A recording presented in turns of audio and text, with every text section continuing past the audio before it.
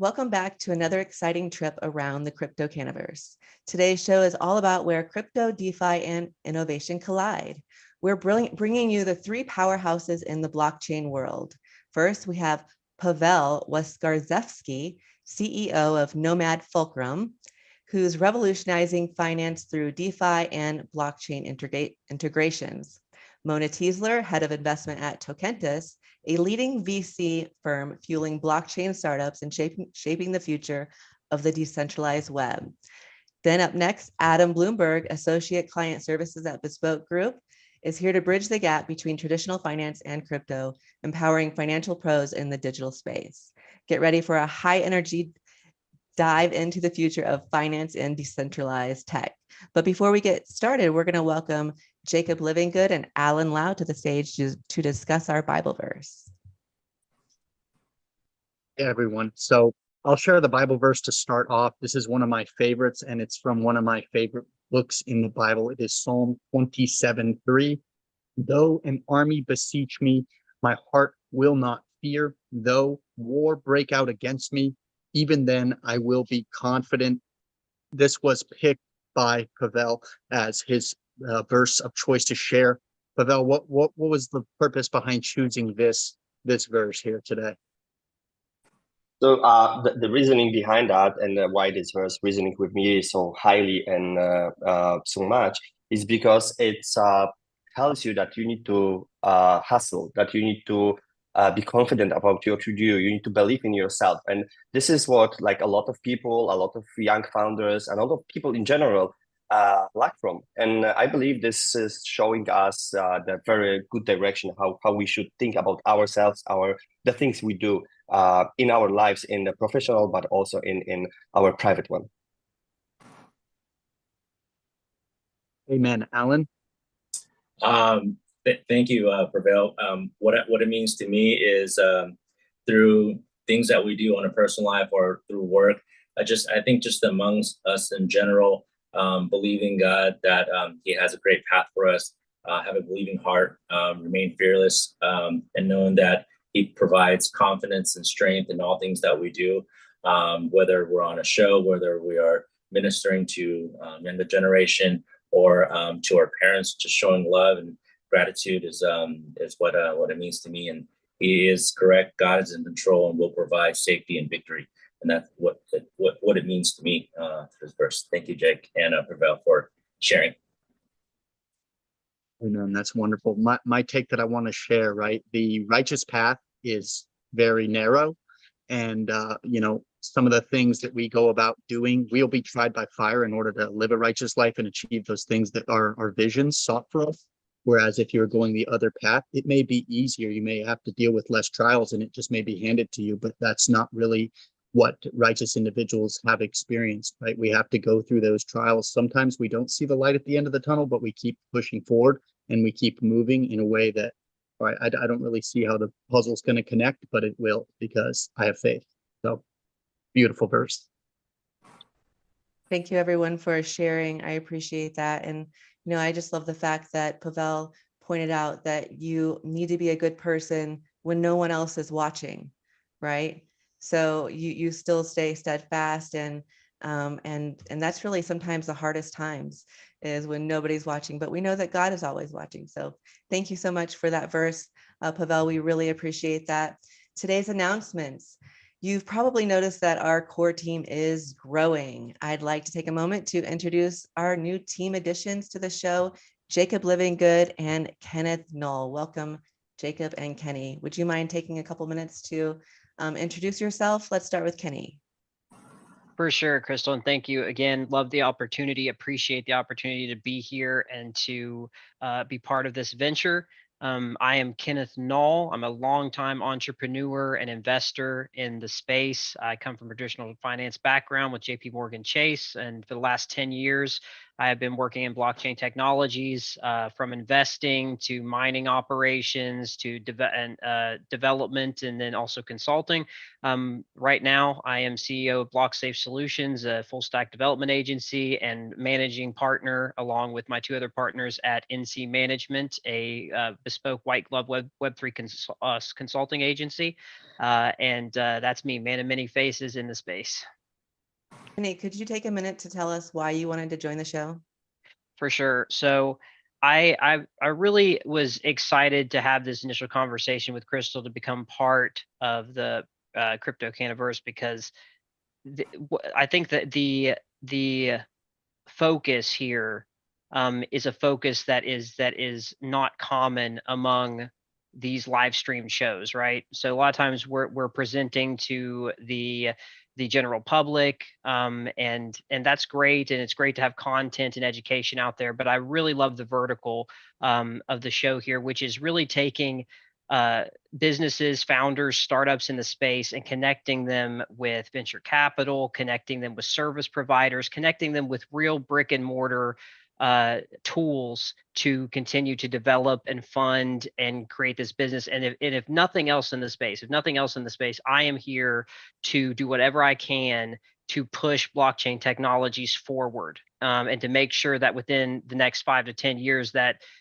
4 billion people in the world are using these technologies. So that was my biggest thing. Also, love Crystal. How can you not love Crystal? Her personality, her work ethic is ever inspiring, and just a great group of people. I'm starting to get to know Alan and Jake more, and both great people. Just love the direction, the team, and when you love the direction in the team, it's a no-brainer to be involved, isn't it? Thank you, Kenny. Kenny. Jacob. So high level of my process. I started in e-commerce, Web 2, and then I started a tech company, exited, started another tech company, raised VC funds, exited, all the while building a personal brand, talking about what I was doing in business and how I was going through navigating everything, and have amassed just shy of 800,000 followers over the last 7.5 years doing this full time. And now I'm trying to help some of the people that are following me that are solely focused on Web 2 learn about Web 3, learn about this technology, integrate it into their life so that they can be a part of this big blue ocean and not miss the wave. Thank you, Jacob. And can you tell us why you joined the Crypto Canaverse show? Yes, absolutely. So I think I was on the first episode. I've known you and been connected to you for several years now. And you and Alan are great. Kenneth's great. The whole team is great. All of you guys are, you guys are super connectors that are helping people. It's a very righteous pursuit, is helping other people scale their visions and dreams, which is awesome. I like it a lot.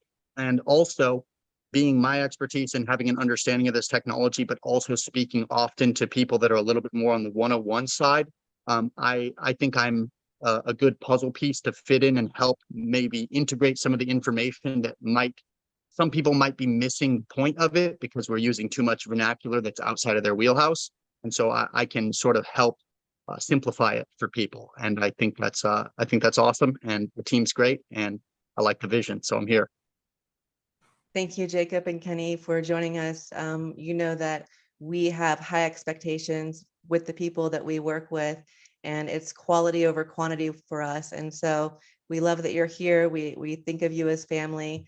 So thank you so much for joining.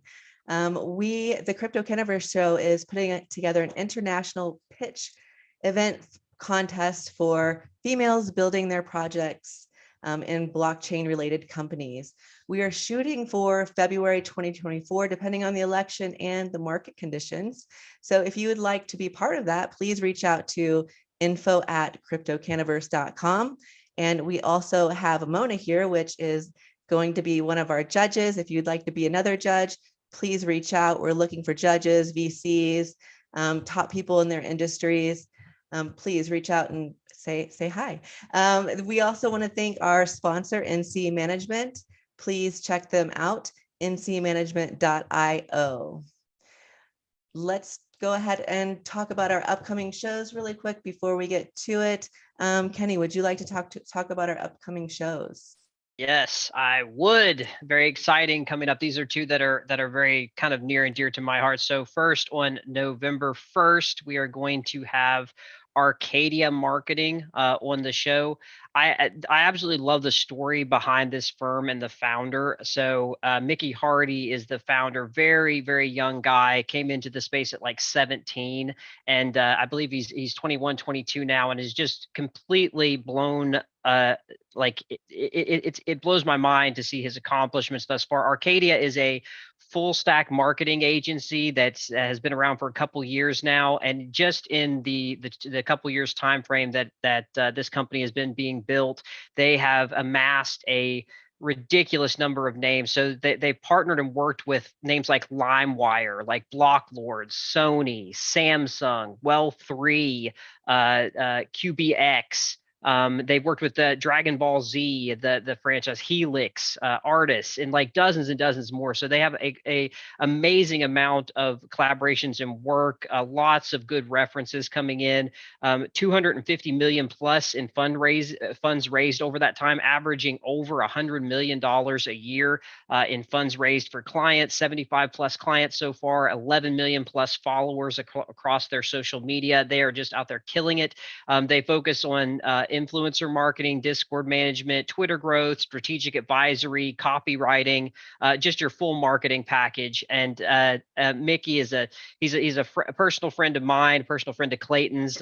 We work very closely with him at NC Management. Just a great kid, a great guy in the space, a wealth of knowledge for his age, and super fun to talk to. So I'm really looking forward to that one. Then coming up on the 15th of November, we will have an interesting project coming in, Oliver AI.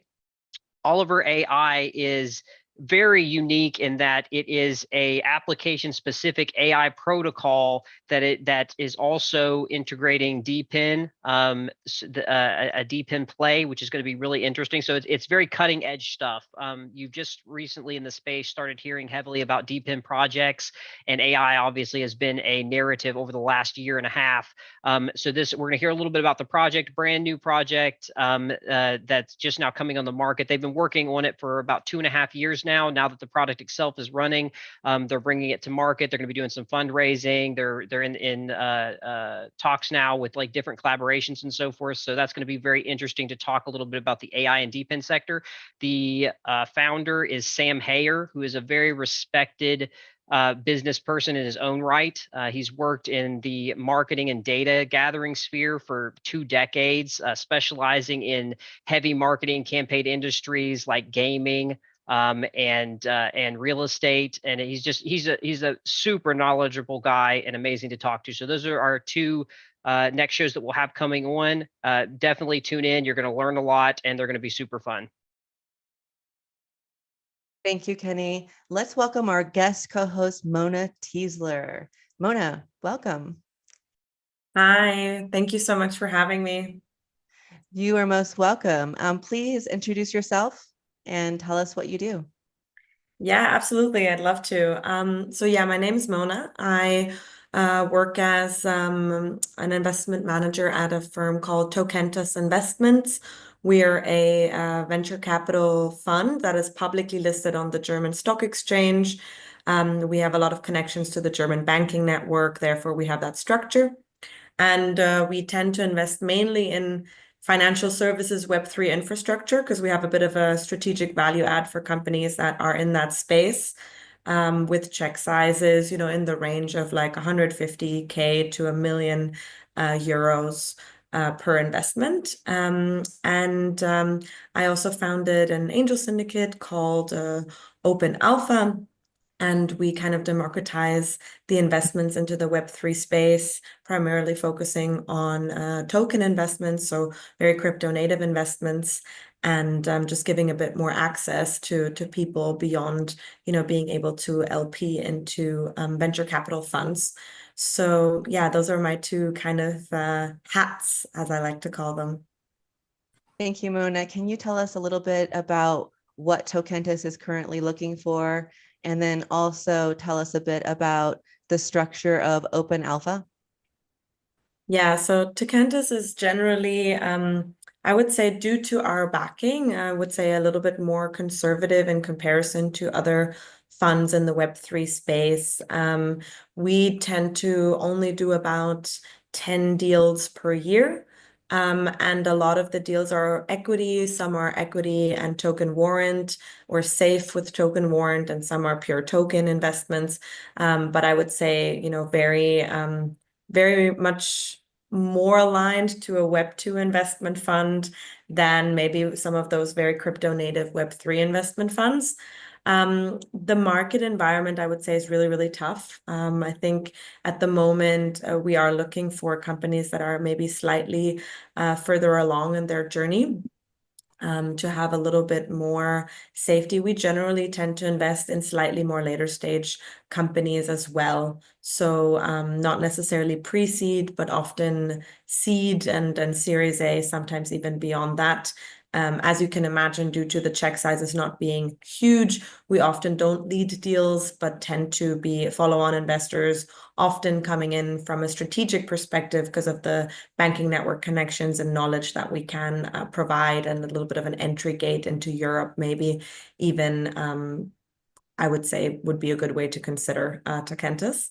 And Open Alpha is a angel syndicate, as I mentioned. It's like an investment club.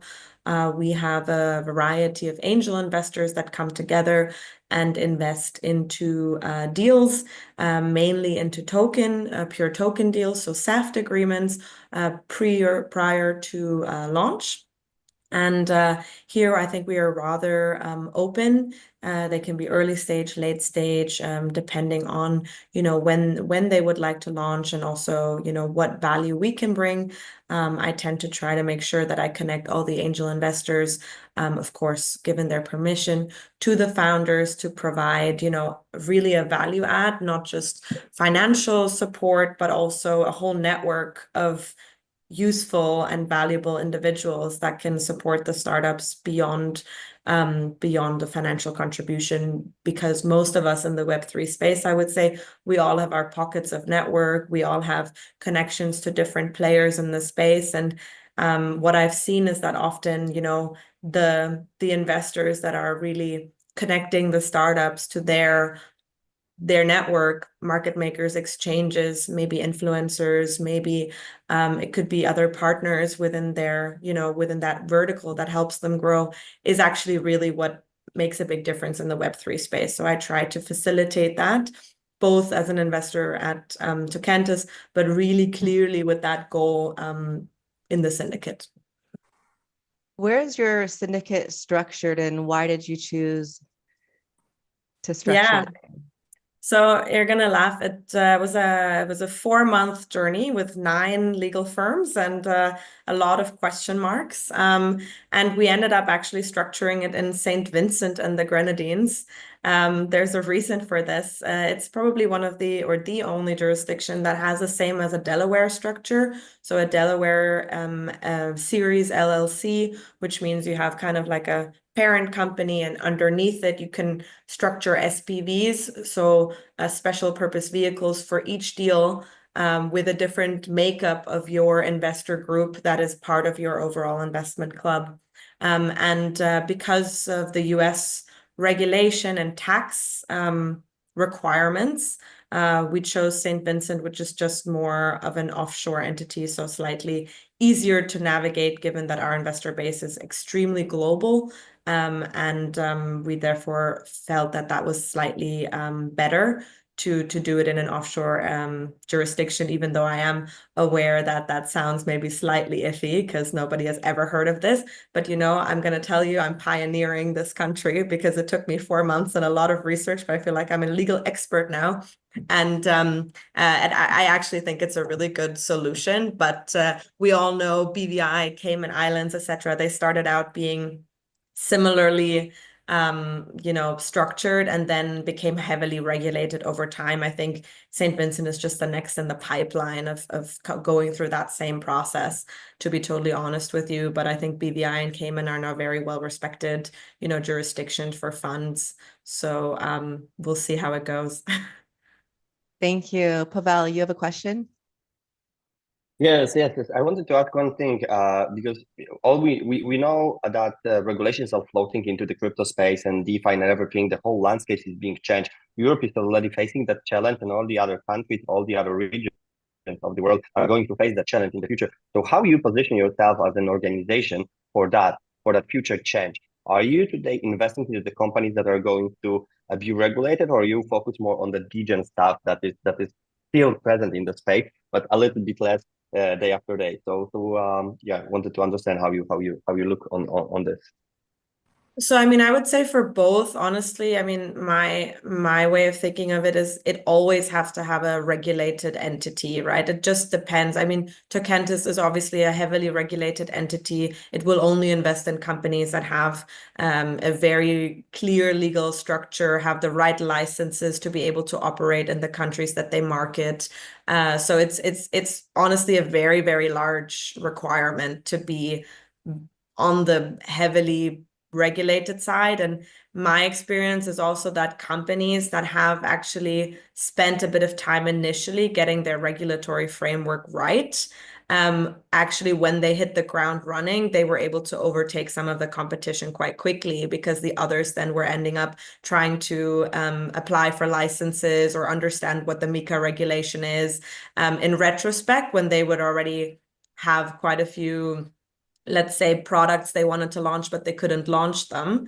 Or they could launch them, but maybe only in specific countries. And that's obviously very difficult with the Web3 space, etc. So I think Tokentis thinks more German regulated way.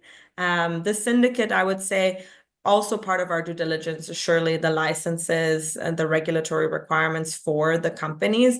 But a lot of the companies in the Web3 space, they don't even know how to manage them. I would say they often have an entity in the United States, for example, or United Kingdom, where I sit, and then they have an offshore entity in BVI or so for their token foundations. And that structure seems to be legally very acceptable. We can only go with what we know for now. But I think it's definitely a tricky one, because none of us, not the syndicate, not Tokentis for sure, would like to invest in companies that are not compliant. Thank you for that, Mona. Before Pavel asks one more question, what does everybody think about this? What are our thoughts out there on this? Adam? On the specifically about Mona helping to set up her entity and other entities in these various jurisdictions. Sure. I mean, some of what Mona was saying, we see a lot, obviously, at Bespoke, which is on the surface or initially in crypto, like the ethos of it is, I want to own my own keys, and I'm decentralized, and no one can take my assets if they don't have my keys. But the reality that we always talk about is we live in the world that has regulations and the world that has laws, and people have to be protected from a financial perspective. And the growing up of the industry is realizing we have to bring the technology, like the technology is not going to take the entire global financial system and migrate it over to DeFi overnight, and all of a sudden there's going to be no regulations or countries or Fed or anything, and all of a sudden we're going to be trading tokens with each other 24/7 365, no matter where we are and no matter what the tokens are. Like, that's not going to happen. We have to have this kind of meeting in the middle, and part of the meeting is there just are regulations. There are countries, and if you want to operate appropriately and you don't want to have this regulatory overhang over you that you're always worried about, or that your investors or that your users are always worried about, then you just have to get that right from the beginning, or I'll say get it as right as you can from the beginning. There is no right. It's not like, we've had corporations in the US and LLCs in the US for so long, and we all know how to do it. And most people know how to set up their company based on, whether they want to pay taxes or not and where they are. This is kind of new. So what Mona's doing, and obviously what we do at Bespoke as well, is try to get it as correct as we can, right, based on the current regulations. And whether you're doing estate planning like we are, or you're just planning for your business to try to grow effectively and grow in a compliant way, you just have to get it as right as you can. You have to try your best to fit within the law as you read it. and not kind of flaunt it. Like, it's the worst thing you can do is just be like, we're decentralized because we have a multi-sig wallet and we have a protocol out there on the blockchain, because if someone wants to get to you, whether it's the government or someone else, they're going to figure it out. Like, they're going to figure out how to pierce the veil. And so, I appreciate what Mona's doing, is trying to figure out how to do it correctly and legally. So Adam, from your perspective and the people that you're talking to, in the US, where do you see those regulatory hangups happening? Well, obviously, it's a lot of launching token, like trying to launch token projects, or trying to launch a even a protocol, and then eventually launch a token. Is this going to be a security, or is this not in the U.S.? What's the SEC going to say? And it's not necessarily what the SEC going to say. It's at what point is the SEC going to take me to court? Right. That's pretty much what everyone's looking for. And or if we're starting a project, should we just domicile ourselves outside the US? Should we just not be here at all? Because that's the easy way around it, is just move. For those that are not able to move, then there are all sorts of other I guess kind of regulatory hangups. Again, is our token going to be considered a security? Where is it going to trade? Are those exchanges going to be, is the SEC going to hit those exchanges and say that they're illegally offering securities? I mean, that's obviously a big part that we talk a whole lot about with regard to so many of these projects and their token issuances. Are they security or not? Like, Clayton, you and I, like, we would probably love for more of these DeFi protocols to be able to issue tokens that actually share some of the fees with the token holders. Right. But they know they can't do it. That would make so much sense. But instead, we're left with tokens that represent some vague notion of governance. And we hope that they have some sort of value there, but there's not value accruing from the protocol to the token. And that's because we're kind of up in the air as to what the SEC is going to do. Well, we're not up in the air. If we do that, the SEC is 100% going to come down on you for issuing a security. But that's what the irony is. That's the best investment for investors. If they can go, the protocol is making this much money, it flows through the token here, it's 100% transparent. That would be the best solution for investors. But we know the SEC isn't going to allow that right now. So what are you recommending the people you're speaking to do if they want to do even something relatively close to this and they're in the US? Who are you referring them to, and what advice are you giving them? I'm referring them to attorneys who know much better than I do about this. I haven't talked to you first and foremost. I say go talk to Clayton, because Clayton's the one helping other people out with this. And I'm not telling people you need to leave the country or something. I'm saying you seek counsel and you decide if it's more important for you to be in the US and figure out how you're going to work within the regulations here, or if you're single and young and you want to be nomadic, then get out, and it's probably easier there. But first and foremost, talk to people like Clayton, who are attorneys who know the law and are going to help you out with it. Good answer. So, real quick, this whole conversation we hear really provides a lot of merit to the idea of surrounding yourself with people that are much smarter than you. If you're a first-time founder and you're like diving into the deep blue ocean of blockchain and Web3, you need to be having conversations like this, because regulations it's a moving ball. It's constantly evolving, and you got to stay ahead of it, because the SEC might come down on you one day, right? Adam, I have a question for you.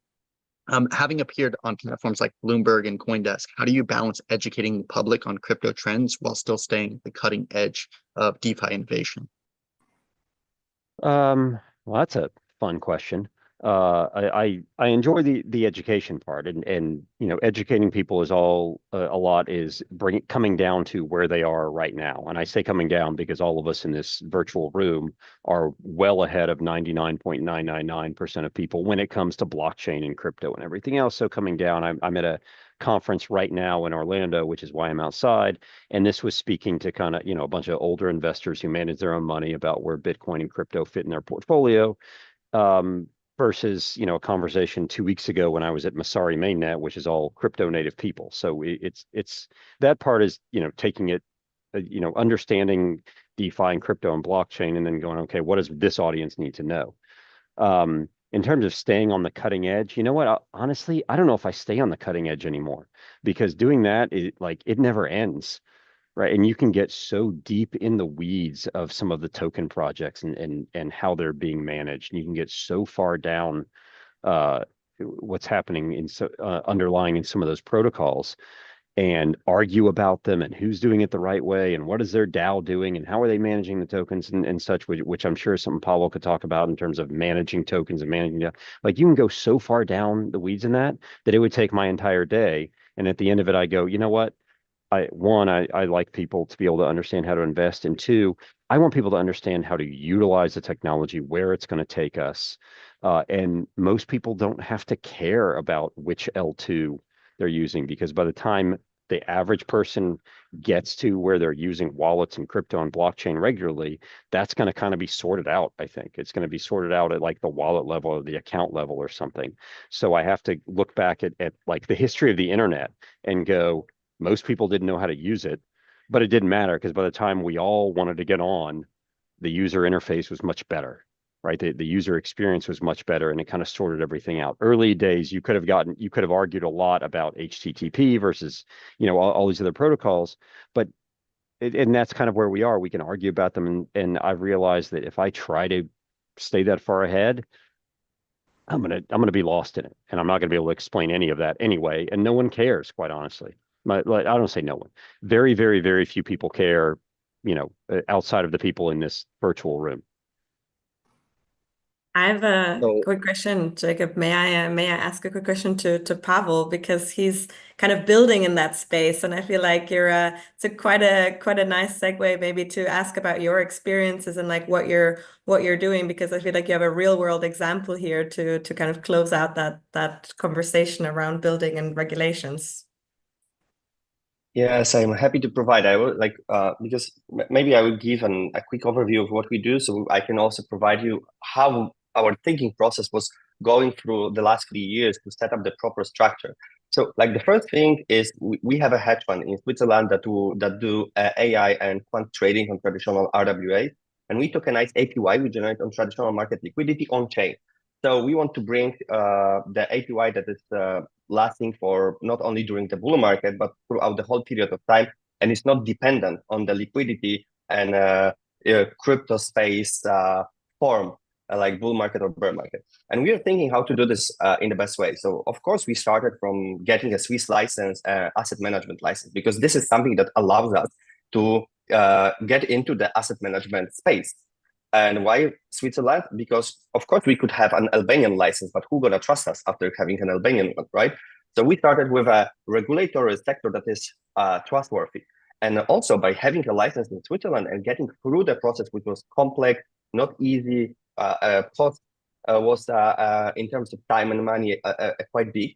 But because we went through that process, right now it's easier to speak with any regulator all over the world, because Swiss, besides SAC and maybe BaFin in Germany, they are one of the most strictest one in the world. So that gave us a weapon, so we can much easier get onto other regulations in different regions. And right now we are planning to get licenses in Abu Dhabi, AGGM, in Singapore, Liechtenstein, DVI, Canada, plenty of different places.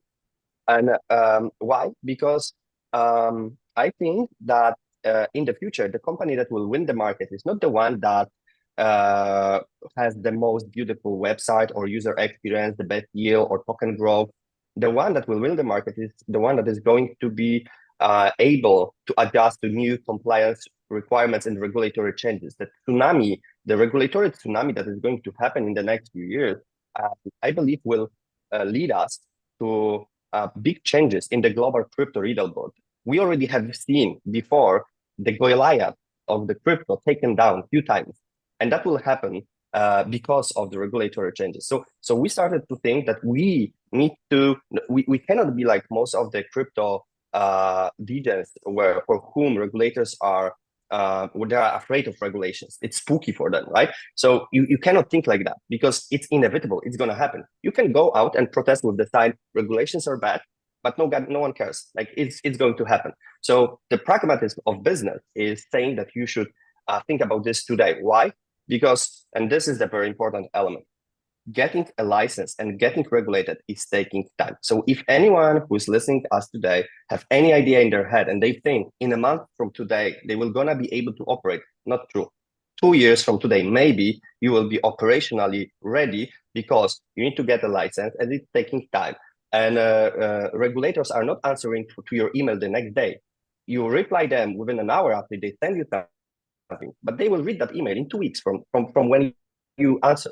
And that's the problem. They are very slow, they are very strict, they are verifying a lot of things, and you are not prepared from what they will tell you. And that's one element of the regulations. But second, we are in the crypto space from another hand. And the crypto space is like very dynamic. Regulations are not following the crypto space. So we structure our business that we have the whole Web2 structure with all the Web2 licenses, with all the Web2 businesses, with all over the world in different places, with all the compliance stuff, etc., etc., etc. And then we have Web3 structure that is set in good jurisdictions from Web3 regulatory point of view. And then those two different structures are working together. Why? It's, again, pragmatic, because if something will change on the Web3 side, we can always switch jurisdiction. But if this will influence our super, the licenses that were super tough to get and cost us a lot of time and money, and if some regulatory changes will influence and will result in withdrawal of such a license, it's a catastrophe for us. So we need to split the risk. And Web2 is like lower risk because it's regulated. We understand, we know the frames we are moving around, but Web3 is not like that. It's changing. We don't know what's going to happen in a year, and we assess. That's why we split it in such a way, and that's why we are thinking from the day zero about being regulated, not to have a single transaction that is happening and going through our protocol, to not be regulated and compliant with all the modern and current regulations that we see on the market. So yeah, so that's long story short, more long than short, but yeah, this is how our approach looked like. Pavel, I have a question, because it seems like, if I heard you correctly, you're kind of managing tokenized real world assets, right? In portfolio, is it in portfolios, or you just have a fund of them? So how we operate is we have a deal with a few banks, Swissquote, for example, from Switzerland, and they are giving us access to the interbank market where we can execute transactions on commodities, treasuries, currencies, indexes, stocks, whatever traditional market assets are, and we would like to execute transactions on them. Then we have our quant strategies, AI strategies, that trade on those assets. Like they generated last year 32 billion transactional volume and 21% APY. So we tokenize yield from that market. So we provide on-chain the yield that is coming from those transactions, not only assets. Like Ondo, for example, today is taking money, putting into BlackRock T-bills. BlackRock is putting into US securities, and they generate yield based on the US interest rate, right? So it's pretty straightforward and simple mechanism. What we do is active management, because the main problem we see in the crypto today is that there is a single protocol today that is providing the yield that is beating the benchmark, like S&P, and inflation. So basically, you are losing your money by keeping it in crypto during 75% of the market, which is a bull market, because there is a liquidity issue. And every other organization in the crypto that is dependent on the liquidity of crypto have the same problem. So that's why we are working on the Web2 side and combining this liquidity from Web2 and bringing this Web2 liquidity on chain in form of assets that provide yield and different products in general. But this is what we do. The base of our engine is this like very deep tech, very deep fintech thing that we developed and started 2022. And then you're taking that yield and tokenizing it. Yeah. So Right. like from the user perspective, let's say you have 10,000 bucks. You are deploying this 10,000 stablecoins into our protocol. Then the stablecoins are being used as the collateral traditional market to execute transaction and trade on that capital and execute and generate profit. So we do like almost HFT. It's not HFT, but almost there. So we execute hundreds of thousands of transactions on a very, very small transaction. So each transaction is a very small risk, and we accumulate a lot of small profits. And accumulation of a lot of small profits have its advantage because first, you spread out the transactions amongst a lot of different instruments. You diversify. Second, you reduce the risk of single transactions. Third, you reduce the risk of black swan happening on the market, because if the black swan will happen, we are not right. We're gonna have a very small transaction on the stop losses. That's fine, and so on and so on. And then we convert this profit we generated back as a yield for you as a user, and you can withdraw your capital plus yield in stablecoin. So you don't to withdraw your capital into fiat to put it on traditional market to work for you. And again, this also involves very often taxable events. So with our protocol, you have crypto. You do not leave the crypto by yourself. So we do this by using our solution. Of course, not every jurisdiction, depending on which one, but usually you are able to create tax efficient structure for that, especially. And yeah, that's why we are today speaking with different organizations about treasury management, but we also want to provide this tokenized hedge fund capabilities to the retail customers.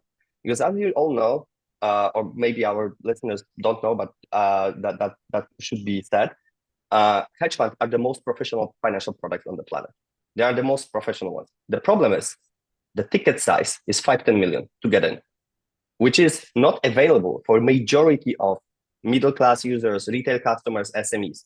And by providing such a protocol that is basically tokenized hedge fund on chain, even the user with $5 in their pocket, they can get in and use the same product. Because after all, if you are the hedge fund with 400 million from 40 big boys with big checks and from 400,000 users, it's the same pile of capital, it's the same money, right? So you can generate the same profit. But the difference, you can also have an impact factor in your business and provide something that was not available before to the retail customers, so they can have same access to professionalism in the financial market.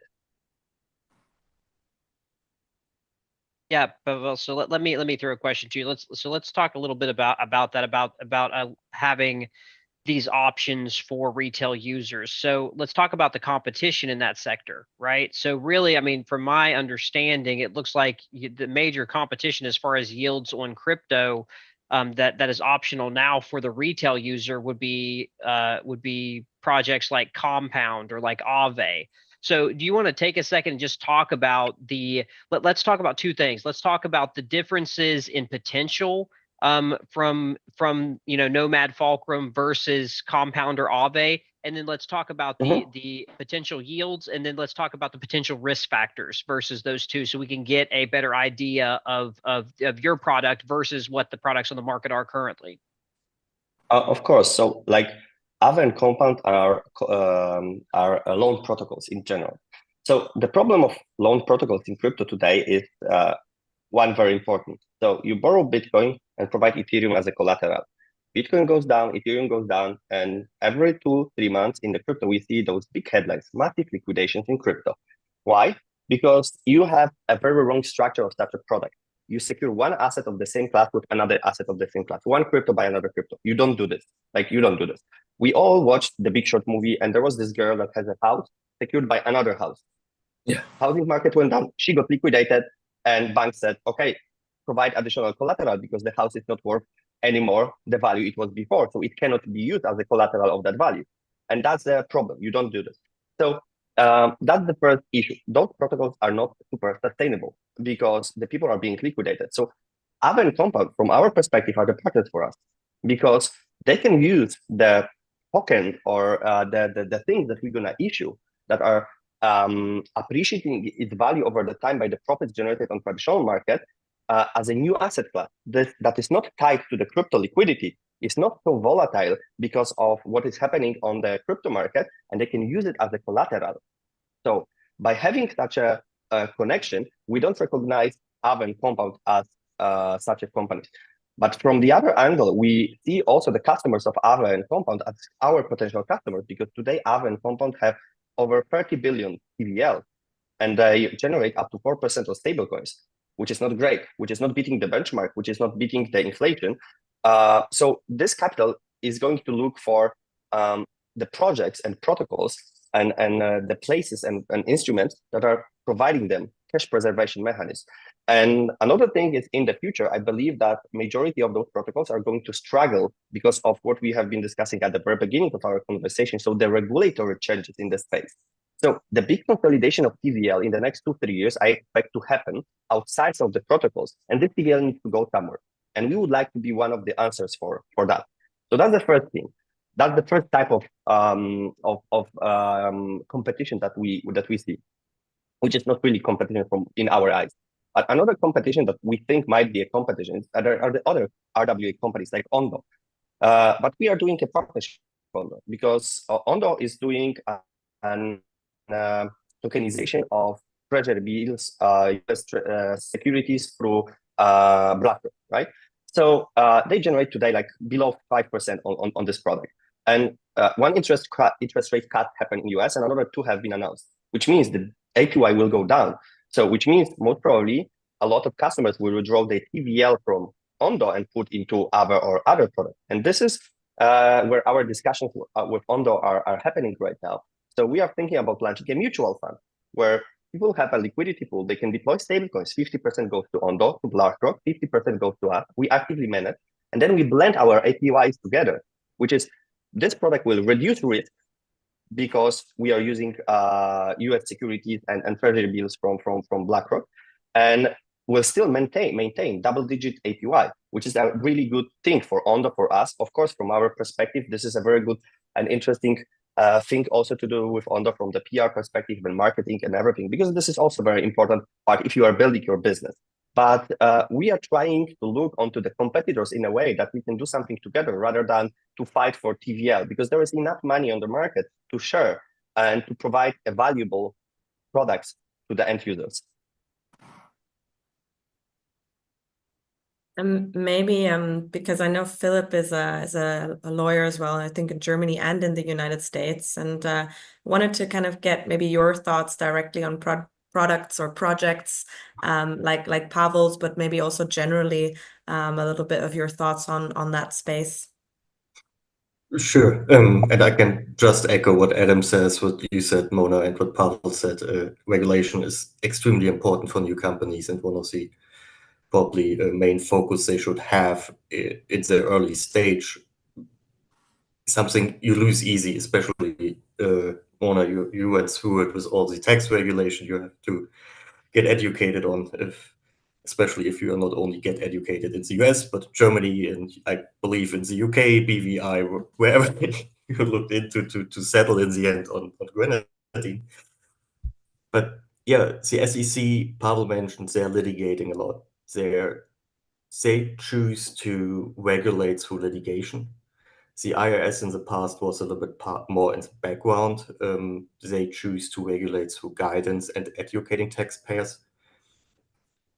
That period is probably over. They made it clear by filing more and more criminal cases and crypto-related cases. So it becomes more and more important, even so we are still living with too little guidance on too many issues. And especially like Aave, Compound, all these lending platforms Pavel mentioned and Kenny mentioned.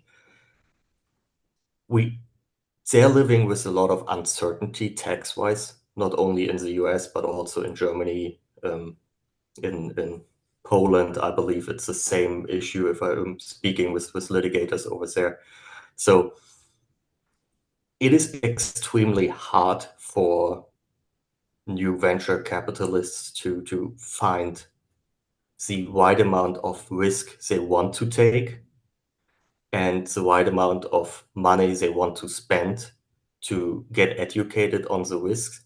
But it's definitely worth it to have crypto specialists on your side and not general CPAs, not CPAs who are usually working with real estate and have no clue about crypto. You should work with I think Andrew is here, who can even talk more about that. You should work with CPAs and with SEC specialists who know crypto, and to just not tell you that they know crypto or that crypto is nothing else but a foreign account or God knows what opinions are out there. So I'm absolutely applauding Mona for her diligent fire to settle down on a certain jurisdiction to find out what your tax consequences is, what your best structure is, and especially to understand it yourself and not only relying 100% on advisors. So I'm not sure what Pavel and what Mona's experience is with advisors prior to launching all of it, but I can just imagine that it was a lot of time, a lot of money spent before launching all of it. Yeah, for sure. I think Pavel had a harder journey than I did, given everything that he had explained about how complex some of the parts of his product are. Yeah, well, what I would say here is, and we're getting down to about 10 minutes. I want to give Pavel a chance to actually talk about what he's currently doing. I know he's in a fundraising period, and then any new information he wants to put out there to the public. But I wanted to mention one thing. Yes, so I've worked with hundreds of clients over the last decade in the space, both as partners and as clients for my businesses and so forth. And I will tell you, Powell has one of the most ridiculous schedules I've ever seen of anybody ever. It is so difficult to even get a 15-minute meeting with this man because and it's not because like he will send you his calendar, and his calendar is literally dawn till dusk, meeting after appointment after regulatory meeting after. I mean, it is crazy, and that's like 6-7 days a week for him. So his work ethic is, I would have to say, is if not the best, one of the best I've ever seen in the space. But we got about 10 minutes left, Powell. I want to give you a chance to talk about, I know that right now Nomad Fulcrum is currently doing some fundraising, so give us a little bit of information about that. If we have any entities or individuals out there that are interested in investing, how can they do that? And give us some information on where they can go to do that. Okay. So yeah, we started the race and it's also important to mention that at the very beginning we never raised before. We put our own money, $1.5 million of our own personal capital from the previous exit, put into building that business, because we wanted to start fundraising after 3 main milestones are going to be achieved. First, we're gonna be sure that this model works. Second, we're gonna have revenue stream, and third, we're gonna be profitable. So achieve those things. We are profitable, we have revenue stream, and we know that the model works. And we wanted to go to do the fundraising because we decided that the organic growth is too slow. So if we want to get like 7, 8, 10, 5 licenses all over the world, the cost of such a license is like $1 million usually, 700, 500, like it's a lot. And it's a time-consuming thing, so it also takes a lot of time. And for every license, you need to hire local people, this and that, so it involves a little bit more cost. So we can grow organically and stack one after another, but it will take us 5 years. And someone with bigger buck of cash will join into the space in 2 years, and they will overtake us. And we don't want that kind of thing to happen. So that's why we started the race right now, to speed up the growth process and licensing. Because then in 2 years, 1.5, we're gonna have all the licenses we want all over the world, and we can start being one of the participants of every market of every region, and we can start being active there. We can start participating in the discussion with regulators. We can adjust to the new changes that are going to happen much faster than everyone else that is in that space or want just to join. So that's the main reason we are raising. And second, because we want to build additional technology behind what we are doing in here. So we need to expand the technological team. And one important element to mention is also, as you can see, what we are building is not only tokenization of the hedge fund. The hedge fund and that kind of product is the most desired in the space that is not available today. You have low yield and low risk, or you have speculation, and there is nothing in between. And we would like to fill up this space, this big gap that is happening in here. But it's a framework that we are building in here. The whole framework with all the licenses worldwide can allow us in the future to create some things that I mentioned before, like a mutual fund with Ondo, for example, or things with other organizations worldwide. And this is something we can bring on chain. We can bring to the users. And this is why we are raising. And we are raising 8 million. We raised 2.5 within the last 7 weeks so far. We are raising on valuation 31 million right now, because we think, like many people are saying, that we should maybe raise because on a higher valuation, because a lot of different crypto projects are raising on a higher valuation. But we are very down to earth. We built a couple of businesses in the past, and you need to be humble, and you don't need to think about crazy numbers. It will come in the future. So we are raising on 31 today because we are really advanced in our business, and we have this revenue stream and profitability today. So that's how the structure of the card looks like. We have pretty interesting investors. So we closed one Wall Street fund, and they are becoming our lead. We have Phantom founder, Matthew Fur, the Phantom Foundation founder. Today they rebranded to Sonic. They help us to get into the Korean market. So we have a lot of interest from the Korean market in terms of the product, but also about the listing from exchanges, etc. So we are speaking with a lot of participants of the Korean market. And as you know, the Korean market is very big in terms of volumes. The volumes in Korea are of the size of Europe or US. So all those things are happening, and we have like really interesting people today on board. And as before, there was like also the conversation about the advisor. Many projects in the crypto are looking for Pokemons. We are not looking for Pokemons to have them on our website. We are looking for the people that are actually helping us. And we also were able to create a really interesting board of advisors around our company. So one of the advisors that we are speaking right now, and most probably we will gonna be able to onboard him within the next few weeks, and we have like very intense conversation, is Richmond from Paxos, the founder. And we have a couple of other interesting people like Phantom founder, etc., because we are looking for the people that help us to expand the business. We are not looking only for the people that will help us to, I don't know, with the being a KOL face on our website or something like that. We are looking for a long-term growth in our business because it's not one bull market project. It's something that I believe is going to be the last project of my life. So that's about the round.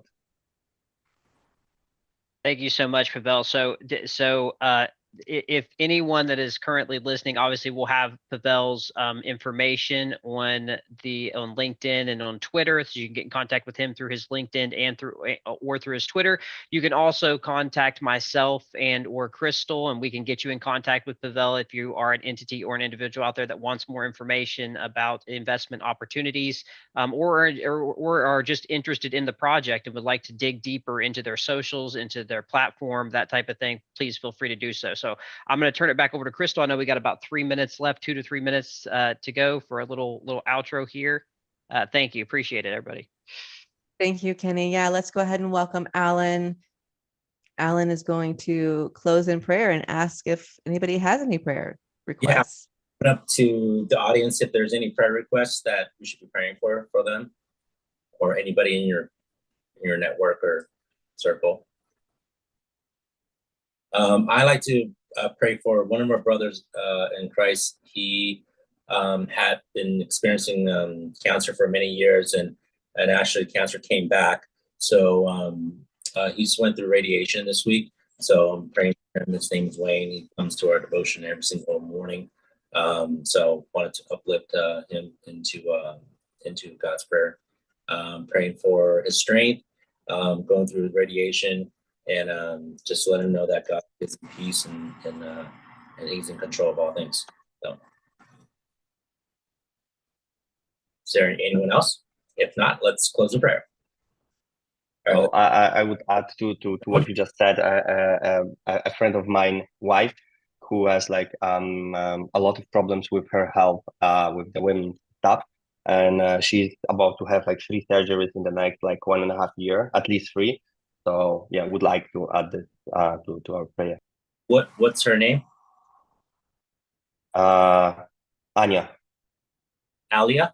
Anya. Anna. Anna. Okay. Anna. Let's pray for Anna and her surgery, and Wayne for radiation. Okay, let's bow our heads. Dear God, thank you so much for another week of the Cryptoverse, where we welcome some amazing, wonderful people in the crypto and blockchain space, like Mona, Pavel, Adam. Thank you so much for them participating and sharing about what they're looking for. Praying that we help them with finding the missing puzzle pieces, whether it's raising capital, whether it's passing regulations, whether it's meeting the right people in the network to further this technology. we continue to pray for each one of the projects. But right now, I'd like to uplift a couple prayer requests. Number one is from brother Wayne, as his cancer came back, and praying that he's going through radiation this week, that your healing hands is upon him, giving him strength and knowing that you're in control of all things. And also praying for Pavel's friend's wife, Anna, as she's going into surgery and fighting different types of medical condition. Just praying for your healing on her, praying for the family, give them peace, give them faith, and continue to lead our group in all things I do. In Christ's name, pray. Amen. Amen. Thank you, everyone, for joining